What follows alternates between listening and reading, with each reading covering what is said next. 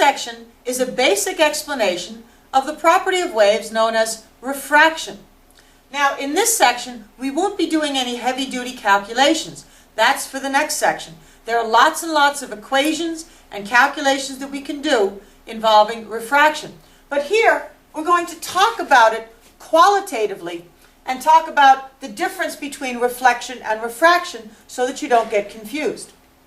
First of all, refraction is the bending of a wave. Now remember, we said that reflection was when a wave bounces off of a surface, but refraction is when a wave goes into the surface and the surface causes it to bend. The bending of a wave as it enters a new medium. So let's take a look at reflection and refraction and see how they are different. In reflection, here's my normal, and this incident wave will bounce off the surface. Now, what I'm looking at here is a piece of glass and the air above it. The piece of glass can basically be on a table or the ground. We can think of this glass as being kind of thick, because you're going to need a thick piece of glass over here to talk about refraction. In any case, with reflection, the incident ray comes down. Here's my incident angle, and here's my angle of reflection. The incident angle must be equal to the angle of reflection. Notice that the ray, the incident ray and the reflected ray, both stay in the same medium. They're both staying in the air. The ray bounces back into the air. And the angle of incidence is equal to the angle of reflection. Now I'd like to show you refraction. In refraction, there's still a normal. Here's the normal. But instead of bouncing back into the air, part of the ray enters the glass. Now, it does not go straight. That would be straight. It does not go straight. For glass, the incident ray would bend closer toward the normal. So it would be in here somewhere. Now, it is also possible for the ray to bend away from the normal. But let's talk about a situation where the ray bends toward the normal in this section. In the next section, we'll look at both examples where the ray bends toward the normal and away from the normal. Now remember, the ray does not go in a straight line, so I'm going to get rid of that also. All right? This ray bent closer toward the normal. Now, this is the angle of incidence by definition. The angle between the incident ray and the normal. Now, take a look and see that the normal is the same in both reflection and refraction. You draw the normal in the same place. Now, here we have the refracted ray, and this down here is the angle of refraction. The angle of refraction is the angle between the refracted ray and the normal. Now notice, please, that the angle of incidence is not equal to the angle of refraction. I'm just going to write that for emphasis. The angle of incidence is not equal to the angle of refraction. And because we have reflection and refraction on the same board at the same time, I'm just going to put reflection, R-E-F-L, and refraction, R-E-F-R, for emphasis. So please note again that the law of reflection says that the incident angle is equal to the reflected angle, but in refraction, the incident angle is not equal to the angle of refraction. So we see two differences right away. In reflection, the incident ray and the reflected ray remain in the same medium. In this case, they're both in the air. Refraction is different because the incident ray is in the air and the refracted ray is in the glass. Another way that they're different is that the incident ray equals the reflected ray, whereas in refraction, the incident ray is not equal to the angle of the incident angle is not equal to the angle of refraction. All right, so a couple ways that reflection and refraction are different. One way that they're the same is that the normal gets drawn in the same place, perpendicular to the surface at the point where the incident ray touches that surface. Okay? Now we'll move on. Now that we see the difference between reflection and refraction, let's talk about what happens to light when it is refracted a little bit more. Right? Now, if you go to your reference tables, I'd like you to go to the page that has a chart that says absolute indices of refraction. I'd like to spell that for you and explain to you what that word means. Indices of refraction. All right, find that chart on your reference tables and take a look at it. I'll wait while you locate the chart. All right, absolute indices of refraction is the name of the chart. Now, this word is the plural for the word index. So what I'm going to talk about now is what is the index of refraction. All right, this is the singular. This is one index of refraction. The plural would be indices of refraction. All right, so you see these two words. All right, so you're on that chart that says absolute indices of refraction. So there's a whole bunch of indices of refraction listed on the chart. That's why it's plural. Now, the index of refraction for lucite, a kind of plastic glass, right, the index of refraction for lucite is 1.50. And the index of refraction for air is 1.00. So, index of refraction. Now, another phrase for index of refraction is optical density. It's not the same as density. It's optical density. And for air, the index of refraction is 1. And for lucite, the index of refraction is 1.5. The symbol for index of refraction is n. So you could say that the index of refraction, n, for air is 1. Now there's no unit. Index of refraction does not have a unit. And the index of refraction for lucite is 1.50. All right, so this is a number that in some ways tells you roughly how dense this material is. And again, it's not exactly the same as regular density, so we're going to call it optical density. But basically, you know that lucite is more optically dense than air. Now, what exactly does that mean in terms of refraction? Let's see.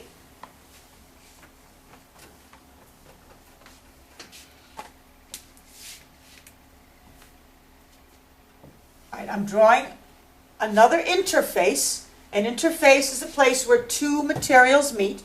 So this is the place where, let's say, the air meets the lucite. So this lucite could be just a little chunk of glass that I put down on a table. Now, here comes my incident ray. Okay, the incident ray. And right away you should draw your normal. Here's your normal.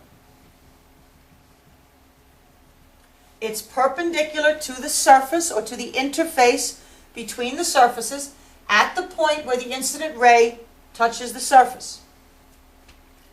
Now, the incident ray, because lucite has a different index of refraction. Now, if lucite had the same index of refraction as air, the ray would go straight.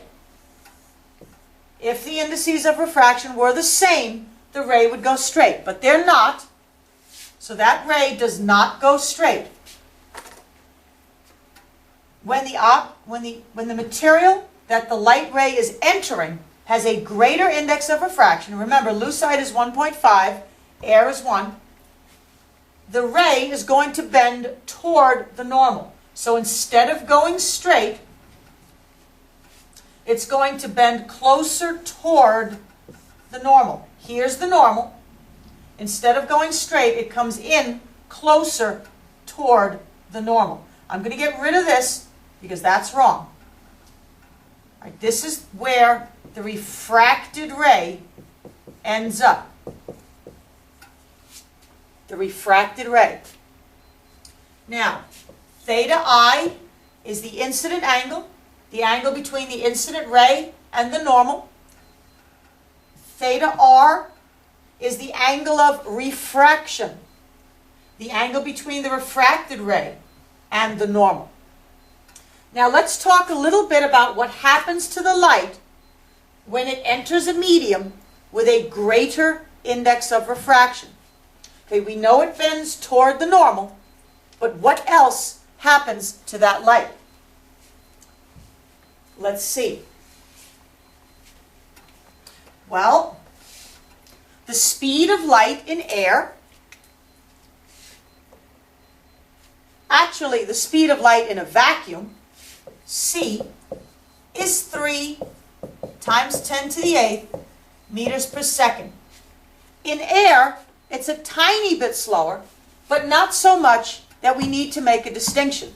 So we'll just say that the speed of light in air is also 3 times 10 to the 8th meters per second. Now, what do you think happens to the light when it has to get through something like glass? Does it go faster through the glass or slower through the glass? If you think that when the light goes into something that is more optically dense, such as water or lucite, that the light has to slow down, you're absolutely correct. So, what happens to the light when it enters a medium with a greater optical density? The velocity, now let's write all that down. What happens, you know what? I'm going to move that over here. What happens to a light wave when it enters a medium with a greater index of refraction? So, for example, when light goes from air to lucite, all right? Now, I want to move this up a little bit. Sorry about that. What happens to a light wave? You can copy it. What happens to a light wave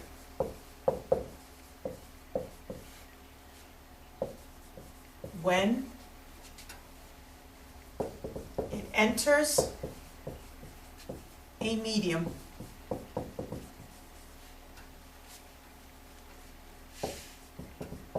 with a greater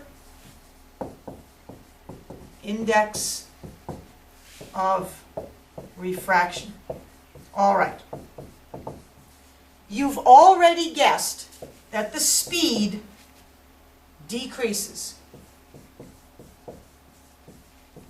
Now, I will tell you that the frequency remains the same. The frequency of the light remains the same. Now, let's think about the wavelength and let's use an equation to think about it correctly. V, you know, is equal to F times lambda.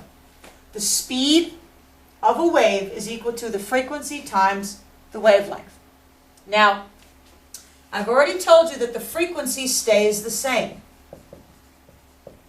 So, if the frequency stays the same and the velocity decreases, what's going to happen to the wavelength?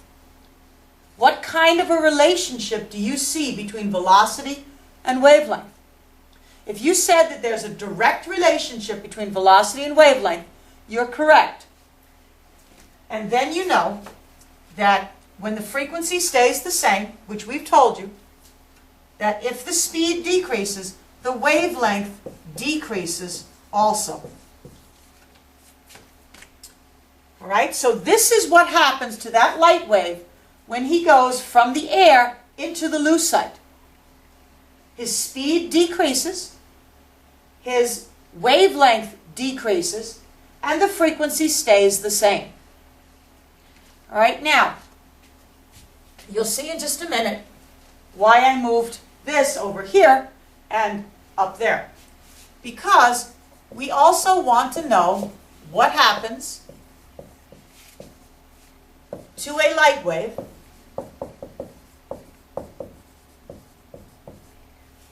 when it enters a medium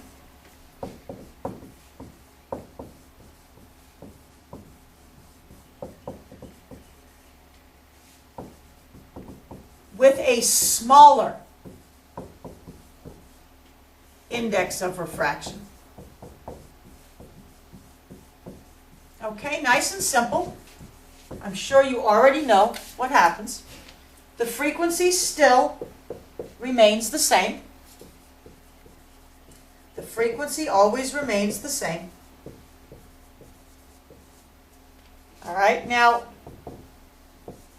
if the index of refraction is smaller, for example, if the light goes from lucite into air, it's much easier for the light to travel through the air, so the light travels faster. The speed increases. And when the speed increases, the wavelength must also increase. All right? So we see here qualitatively what happens to a wave when it enters a medium with either a greater index of refraction or a smaller index of refraction. Now, just to complete this discussion, I just want to show you one more little picture. All right, because we did mention about a smaller index of refraction. All right, so let's do that.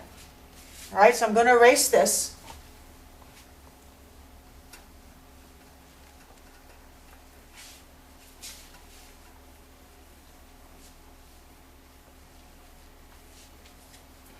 All right, and let's just take a look now.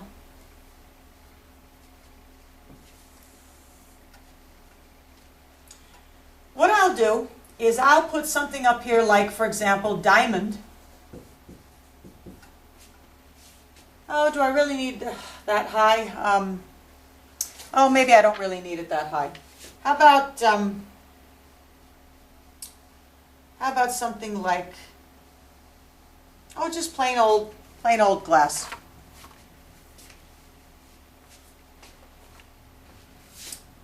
So we'll just use plain old lucite and air.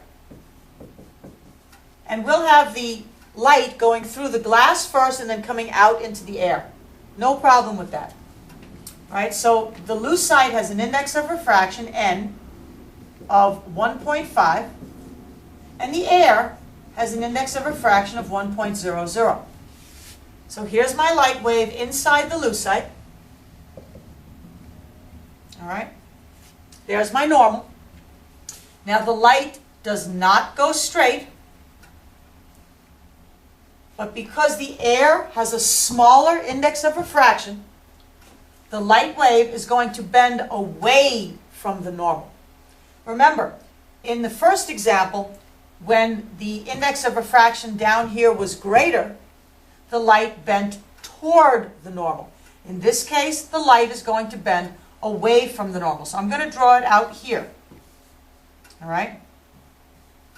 And you see theta incident and theta refracted. The angle of incidence and the angle of refraction are not the same, and the light ray bent away from the normal.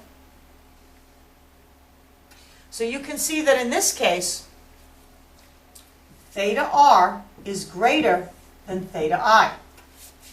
Now, in the case, if this were lucite down here, and this were air, and the light ray came down,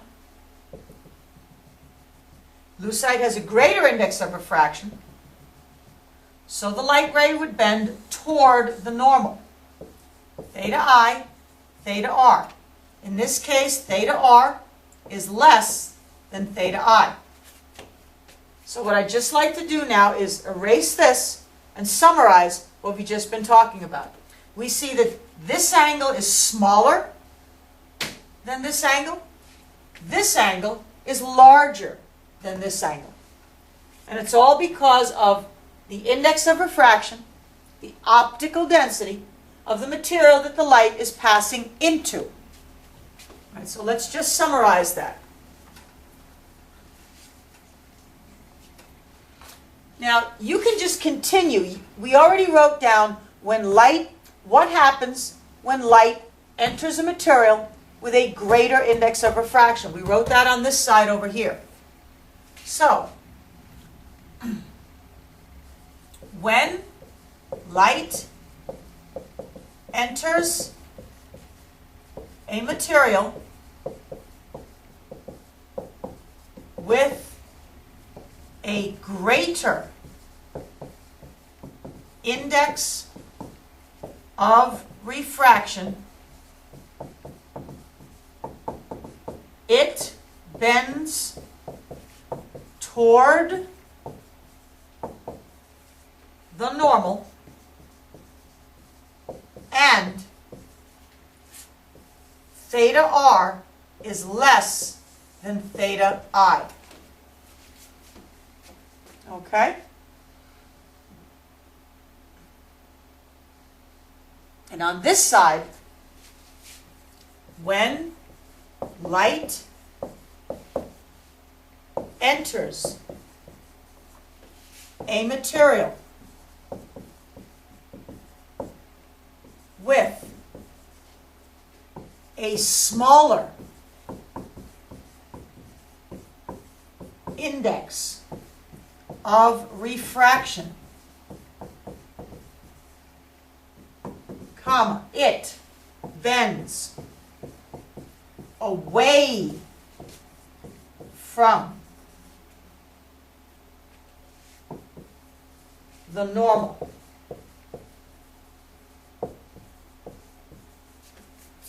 And that means that the refracted angle is greater than the incident angle.